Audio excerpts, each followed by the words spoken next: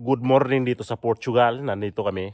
Kahapon pa kami dumating dito mga alas 7:30 ng gabi. Bueno, hapon pa dito kasi may araw pa. Ayun, ang oras namin dito ay alas 7:25, alas 8:25 ng umaga. Kalalabas ni araw. Tapos na nag-almusal yung mga amo namin at saka yung bisita nila. May bisita kasi dito kaya pumunta dito kami kasi mayroon sila ditong ganyan sila pagdating ng ng pagdating ng ganitong tawag na berea. Yun bang pagdating ng utom na ngayon pala. Pagdating ng mga utom, yan sila magpatay ng mga usa. Dito sila ngayon. Ang aga nilang umalis kanina, mga alas 7:30 nag-almusal na. Yun ang call time namin kanina ng umaga na alas 7:15 o alas 7:30 mag-almusal na. So, maaga kami nagising kanina kasi maaga sila mag-almusal. Ayun, natapos na. Sabi ko, boring to pagka anong gagawin namin to. Ang tanghalian nila ito mamaya siguro mga alas 2 o mga ganyan. Ito yung purma. Yung banda dyan? Banda dun? Diyan. Espanya yan. Kasi ito yung lugar na pinuntahan namin. Ito yung sakop to ng bayan ng Bija sa Portugal. Bali halos nag-boundary. Actually may video nito, panoorin nyo yung video ko. Nasa unang video ko pa to nung nagpunta kami dito na halos kami i-deport kasi pagkatapos ng COVID. Dito kami noon kasi nga may hunting din dito. Dumaan kami sa sa boundary ng Spain at saka Portugal. Hinarang kami ng tawag nila ito ay guardinya, yung mga pulis ng Portugal. Hindi kami pinapasok ng Portugal kasi hinanapan kami ng visa at saka working visa at saka yung mga mga dokumento tungkol doon sa dati yung pandemic. Wala kami maipakita. Sabi deport, balik kayo. So, nakapasok pa rin kami pero di na kami dumaan ng boundary. Dumaan kami doon, yan mga bundok na yan. By land kami nagkotse kami. Kaya nakapasok pa rin kami dito sa Portugal. Kasi may mga may mga farm dito na open na pwede kang dumaan pero hindi sa open na may paalam ka. Pagkakilala dito, yung tatrabaho dito kasi itong farm na to sa amo namin dito sa Portugal. Karamihan dito nagtatrabaho yung mga Spanyol din, mga Spanish. Kaya sila may kakilala dun sa may mga boundary dyan. Yung mga farm din yan na mga Spanyol yung may-ari. Nakalusot. So ito yun. Ito yung lugar. May ilog dyan sa baba. Ayun o.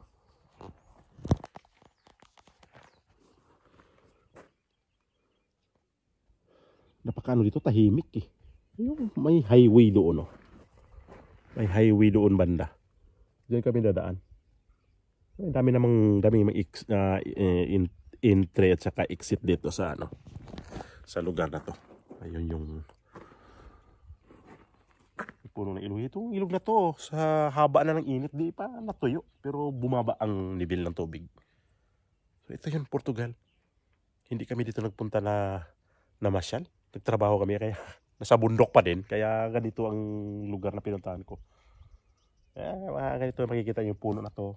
Mga ulibo yan. Ito. Ayan. Ulibo pa rin yan. Tapos yung mga kahoy na mga oak tree. Di ba mas kanta yan? Oak tree. Basta may oak tree. Yan. Ang lupa ng Spain at saka dito sa Portugal parang magkahawig lang. Parehas lang. Ito yung bahay na dito, sobrang ganda naman kasi puro bato nga. Pero di ko na ipakita kasi bawal eh. Baka mapanood ng amo ko lintik abutin ko. So ito yun, Portugal. Makikita natin dito. Ang pangit talaga mag-video ng nakaganyan ng Aminin ko na nakaganyan ako ngayon kasi wala akong gimbal, wala akong tripod. Hindi ako nakapagdala kasi wala nga naman akong nakalimutan ko kahapon din. Tsaka hindi ko ini-expect hindi ko makapag-vlog kasi may kasama kasi kami dito kahapon. Gusto ko mag-vlog na mula sa kotse hanggang ang biyahe ba papunta dito. Ito pala yung Portugal. Nakangisdong pa ako kasi harap sa araw. Dito tayo. Para mag... Ganda ng ano na dito. Green. Hindi kagaya doon sa lugar namin. Doon sa... Kung sa kami nakatira na. Patay mga damo. Patay mga halaman. Patay mga bermuda. Dito green. Yung sabi ko kahapon. Yung sa nag-alaga dito. Sabi ko ang ganda ng ano mo Fernando ng bermuda mo green. Sabi nga, ano to namin, tiniligan talaga. Yung bermuda niya, green na green. So itong Portugal, ito yun oh. Hindi ko alam, ano to, ihi dito. Ihi ba to o tubig? Apak ko ng ihi dito. Meron akong in-upload pala sa aking reels sa Facebook. Maiksi lang yun, hindi natapos yung sinasabi ko doon. So dito, yan, ito yung buong Portugal. Papunta ron. Yung kalawakan na yung lupa nila. Punta na doon. Actually, ang Portugal di mas maliit hamak kaysa Spain. Ang Spain mas malaki ang lupa, ang area, land area ng Spain kaysa Portugal. Maliit na naman ang Portugal eh. Kaya yan ito. Bundok pa din dito. May vlog ako nito. Mga nakalawang vlog yata ako dito. Ito yung oak tree. May bunga. Yung kinakain ang bunga niya, ng squirrel. Ayun ang bunga niya. Ang oak tree, namumunga to siya sabay sa olibo. Magkasabay to sila. Ito yung oak tree, ginagawa tong pang chimney. Tadarin yung kahoy. Sinisibak ang kahoy. Tapos, ginawa siya pang sindi ng chimney. Tapos, ito yung bahay na to. Itong bahay ng amo namin dito. Nasa gitna siya ng bundok. Kaya ito dito, overlooking siya. Ayan o.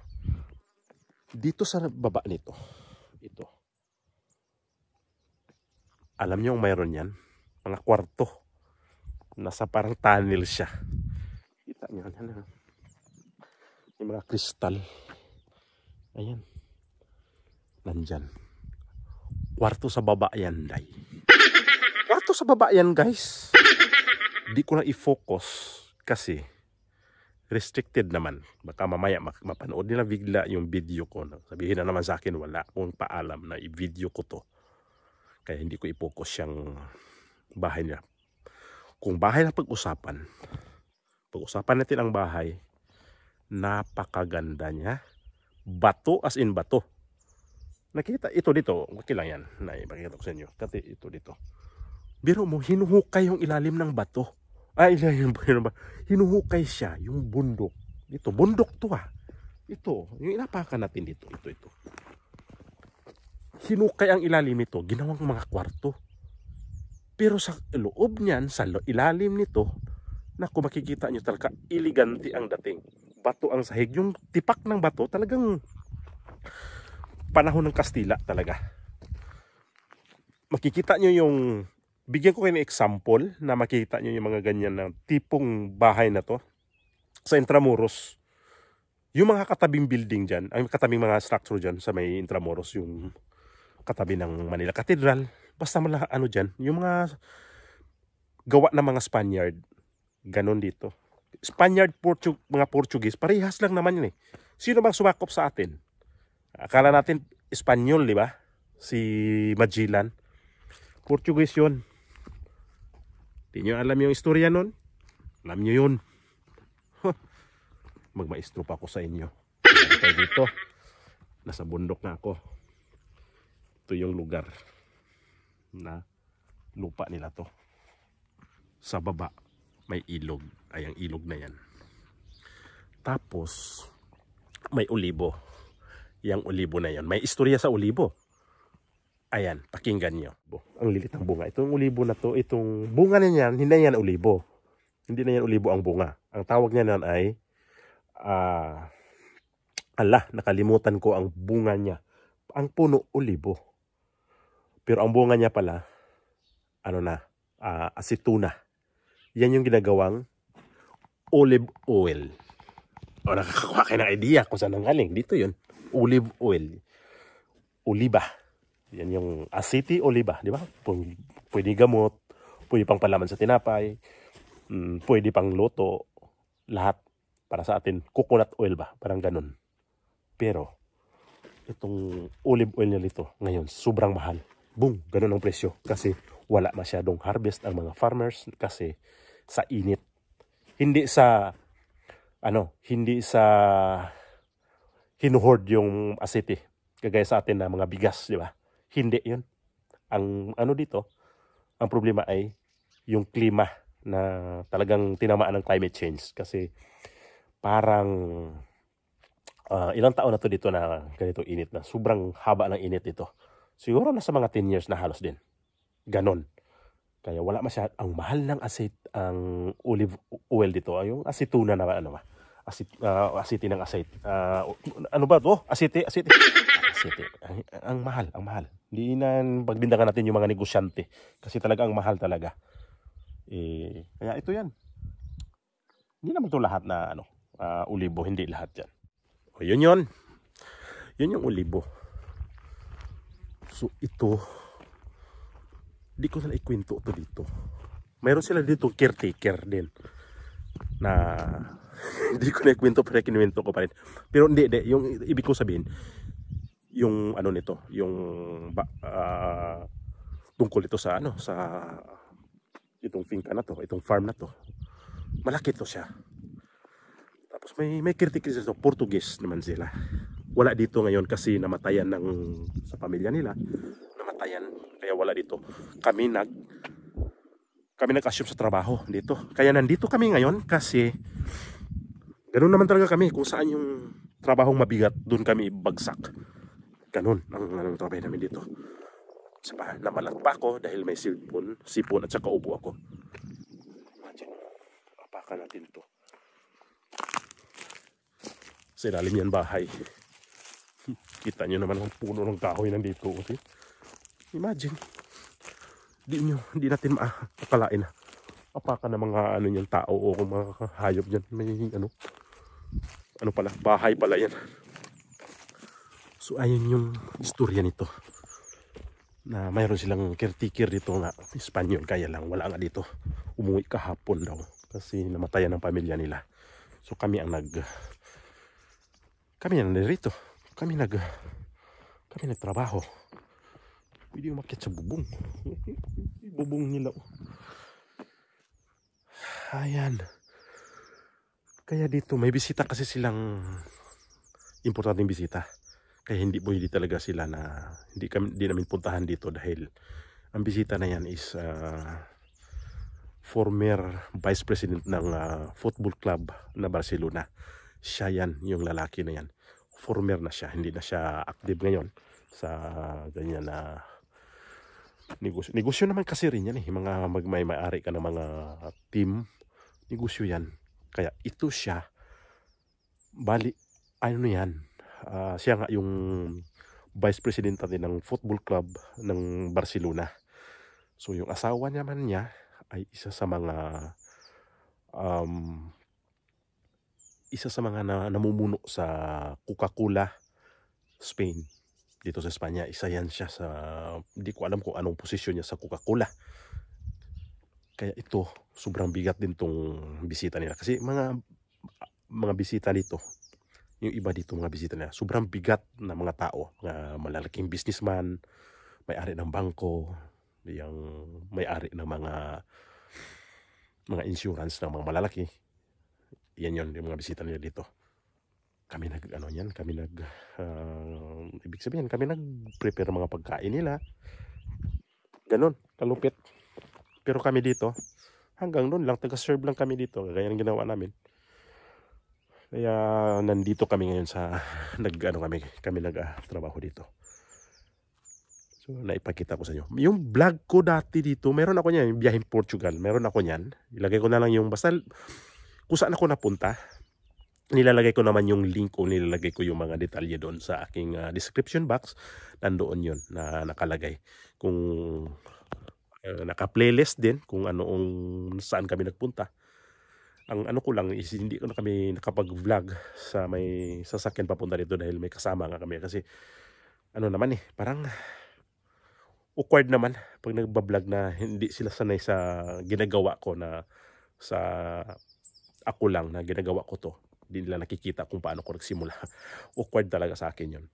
Kahit naman lagi ako nakikita sa screen, lagi nakikita sa mga video ko, nakaroon pa rin ako ng mahiya pa rin ako pag yan ang mga kasama ko, kasi iba kasi yung mentalidad ng mga tao, di ba? Ganun yung kaya lang ako, hindi ito sabi kong ginagawa ko, hindi naman to para sa kanila para sa akin to. Kung saan ako nagpunta, kailangan meron akong memories na mga lugar kung saan ako nagpunta. At least ito, ilang memories na patapos na ang pumasok ng autumn. Ito yung araw na yun, Sabado. Pasok ang autumn, na official na ang autumn dito. So, maraming salamat sa inyong suporta lagi sa aking video. Kung may time kayo sa aking pagpanood sa aking video, i-like nyo naman, at saka para madagdagan pa tayo ng subscribe. Subscribe natin ko ng konti na. Pinutin ang subscribe. Plong! Ilagay nyo all para pag nag-upload ako ng video, makikita nyo na nag-upload si Edgar ng walang kwentang video. Makikita nyo yan. Kasi naman paano yung walang kwenta kong video makikita nyo. Basta dito lang ako na nag-video ng konti. Ayan. Maraming salamat. Bye-bye po.